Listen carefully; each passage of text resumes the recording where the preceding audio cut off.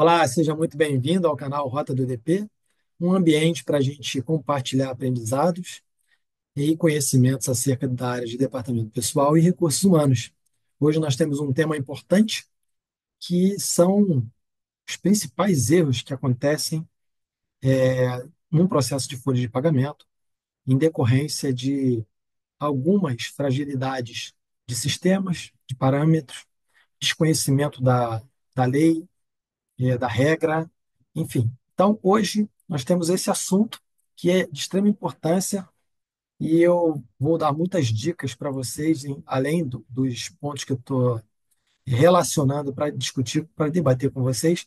Esse assunto é um assunto que eu vou engrossar ele mais, porque tem muitos pontos em paralelo que você deve atentar para que a sua folha de pagamento não sofra é, passivo ou que acarrete qualquer tipo de erros e reclamações futuras.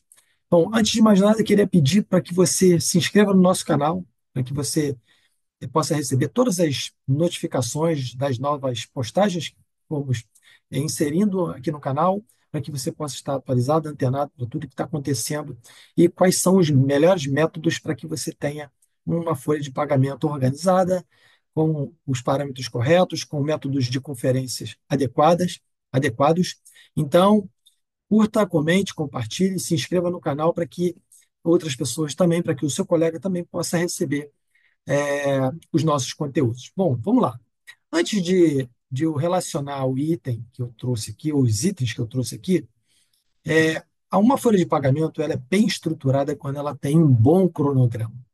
Então, eu queria deixar aqui como uma, um conteúdo complementar, você deve ter um bom cronograma, onde amarrem os prazos, as pessoas responsáveis por fornecer informações para vocês, a forma com que você quer, que é melhor para você receber essa informação. Por exemplo, às vezes acontece das pessoas colocarem uma informação no corpo do e-mail, a outra entrega um documento físico, põe na sua mesa, o outro manda numa planilha, o outro manda numa planilha com uma configuração diferente. Então, o ideal é que você configure um modelo padrão para que você possa receber essas informações e muitas vezes o próprio sistema já te permite fazer uma importação de planilhas com movimentação de folha. Isso vai facilitar a sua vida enormemente e vai reduzir erros e também você vai conseguir manter essa estrutura de responsáveis que estarão fornecendo dados para vocês durante o fechamento da folha, e parte de ponto, pagamento de comissão, pagamento, desconto de uma coisa aqui, outra coisa ali. Então, tudo isso deve chegar para você já dentro de uma estrutura padronizada. Então, vamos lá. Alguns pontos que eu quero trazer para vocês e que é importante vocês estarem sempre atentos, que vocês devem fazer esse checklist para a folha de pagamento de vocês mensalmente, mesmo que você saiba que alguns, por exemplo, só são alterados anualmente, como, por exemplo, normalmente as tabelas de INSS e Imposto de Renda, elas são alteradas anualmente. Imposto de renda até que não tem essa alteração como a do INSS, mas do INSS normalmente, anualmente.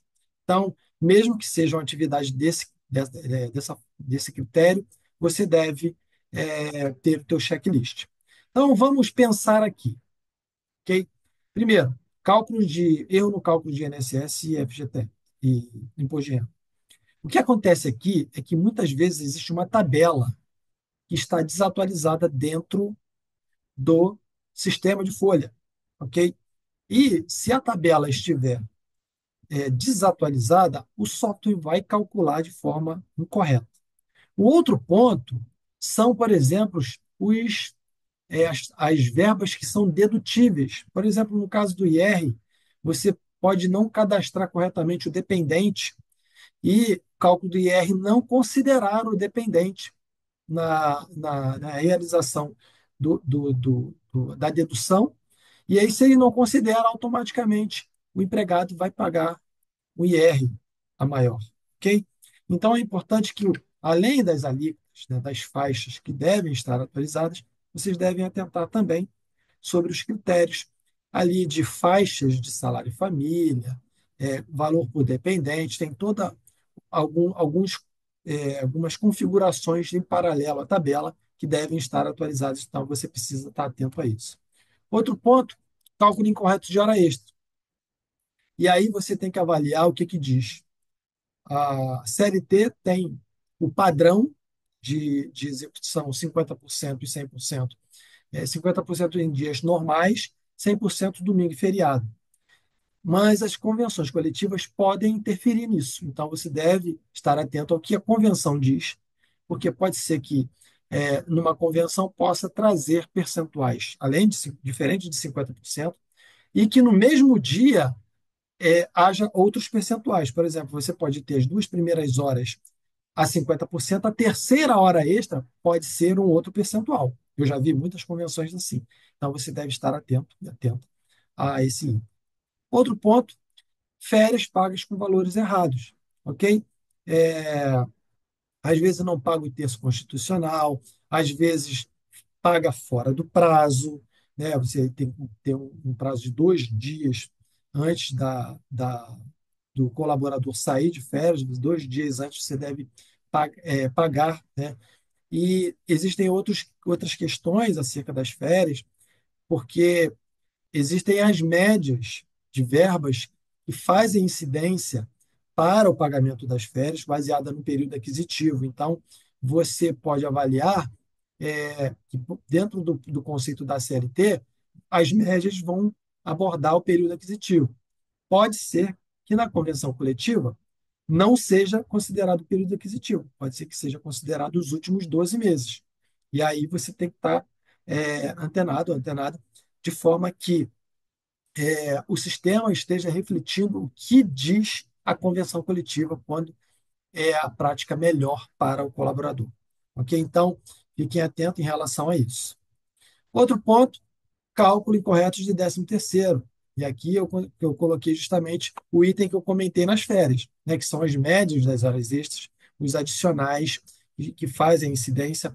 Falando sobre 13º e férias, eu quero lembrar que quem recebe insalubridade e periculosidade, essas verbas fazem base para o pagamento das férias. Então, o cálculo das férias leva em consideração o valor de insalubridade que o funcionário porventura receba e periculosidade, ok? Os demais adicionais fazem base para médias, okay? Que deve normalmente pago numa verba separada, porque você tem como demonstrar aí o extrato de horas extras do período que está sendo apurado, né? E ter como comprovar que aquilo ali é exatamente a média que está sendo paga a parte do valor principal de férias em 1/3. Ok? Então, esteja atento para isso. Erro na aplicação dos adicionais, insalubridade e periculosidade. É, Aqui a gente tem, por exemplo, a insalubridade ela é paga com os percentuais previstos na CLT de 10, 20 e 40%. Grau mínimo, médio e máximo. Esse percentual de 10, 20 e 40 é aplicado sobre o salário mínimo. Pode ser que na sua convenção exista um percentual pago sobre o salário base. E aí você tem que ajustar isso. Senão você paga com base no padrão CLT e o que é melhor para o usuário, para o colaborador, que é a convenção coletiva, você não estará pagando. Então você precisa estar atento com isso. E a periculosidade normalmente tem base de 30% sobre salário base e é, também pode ter variação de 35%, 40%, com base em convenção coletiva. Então, esteja atento para isso. Na base de cálculos de horas extras, tá? Considerando esse ponto de horas extras, eu quero lembrar que se o colaborador recebe salário mais adicionais fixos, como salubridade e periculosidade, o cálculo da hora extra deve ser feito baseado na remuneração dele, ok? O que é a remuneração? O salário mais os adicionais. Então, você tem que somar o salário com a insalubridade ou a periculosidade, ou um ou outro que ele vai receber. Ele não pode receber as duas coisas. E a partir desse momento, você vai dividir pela jornada mensal dele. Pode ser 220, pode ser 200, pode ser 180.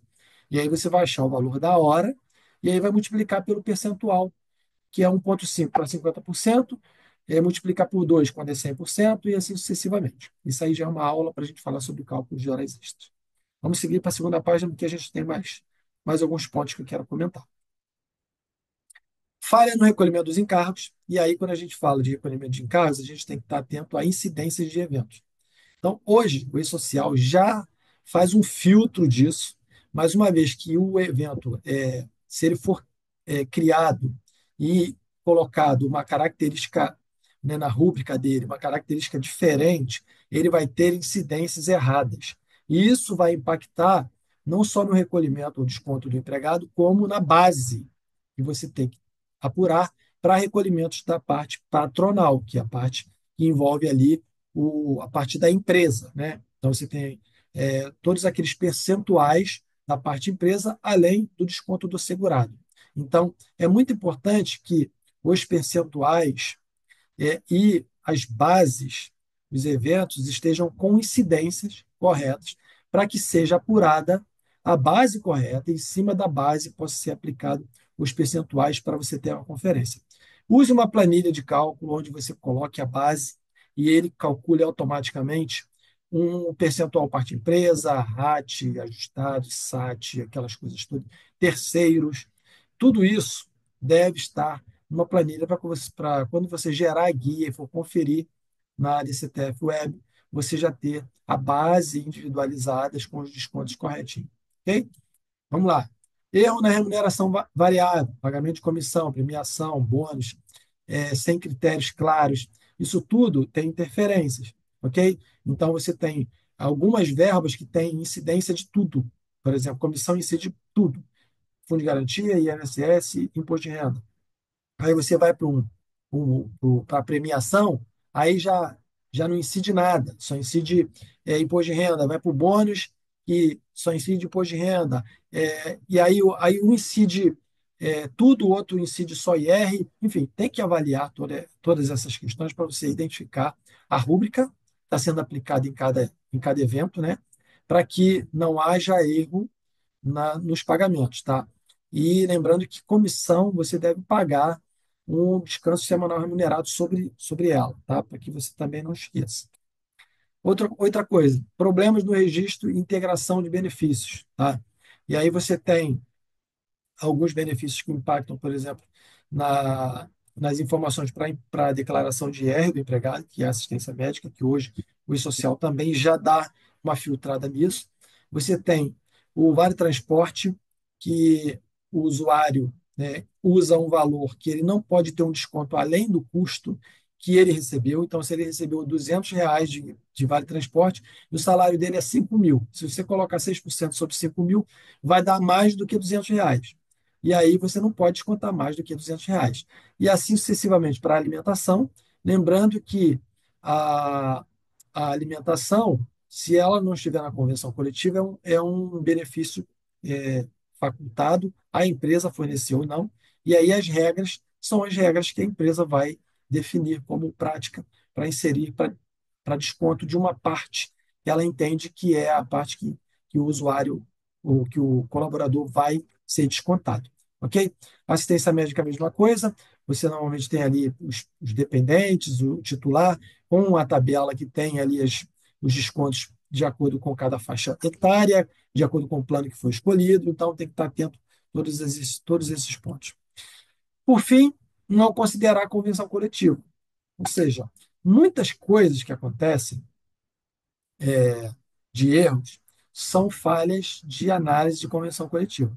Então, convenção coletiva, ela deve ser um livro de cabeceira de qualquer profissional de departamento pessoal, porque ali você tem todas as regras que fogem do que é padrão CLT. E aquilo aí deve estar muito claro, muito nítido para você interpretar. Principalmente, você deve ter a documentação que registra as regras de cada evento que você paga, desconta para quem paga. É uma regra de negócio para que essas informações estejam sempre muito claras para quem quer que seja, até para uma pessoa que vai te substituir durante as férias. Se você for embora da empresa, você deixa os registros ali estruturados para as pessoas que chegarem não terem dificuldades em ter que compreender tudo aquilo que foi realizado durante a sua gestão.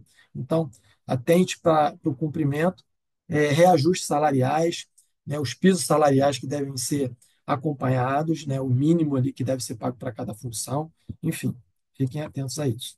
E atrasos de pagamento de salário. E aí, normalmente, esses atrasos, ele tem um cunho em uma fragilidade que a empresa tem, tá? Que a empresa pode não ter dinheiro para pagar os salários, e aí atrasou, ou pode ser um atraso por falta de envio para o financeiro em tempo hábil. Então, você, por exemplo, pode mandar um pagamento de umas férias no dia que a pessoa já está saindo. Então, o financeiro vai pagar, mas ele vai pagar com atraso. Mas não foi por falta de dinheiro, foi que houve um erro no processo. Assim mesmo a rescisão. Tem 10 dias para pagar. E aí, se você mandou no 11º, a empresa vai pagar com atraso. E aí, automaticamente, vai ter uma multa do artigo 477 e, ou a empresa, se decidir não pagar, vai esperar para ver se pode ocorrer uma ação trabalhista requerendo esse ponto. Então, esteja atento à questão dos prazos, de forma que você se exima da responsabilidade. Caso a empresa não pague, não seja a sua responsabilidade. Ela pagou porque ela não tinha recurso financeiro. Ok? Então, é isso. Eu deixo aqui mais uma vez o nosso registro para que você se inscreva, para que você curta, comente, se esse vídeo te ajudou, encaminhe para alguém. E a gente se vê então no próximo vídeo. Fiquem atentos que tem muita coisa boa para a gente compartilhar com vocês.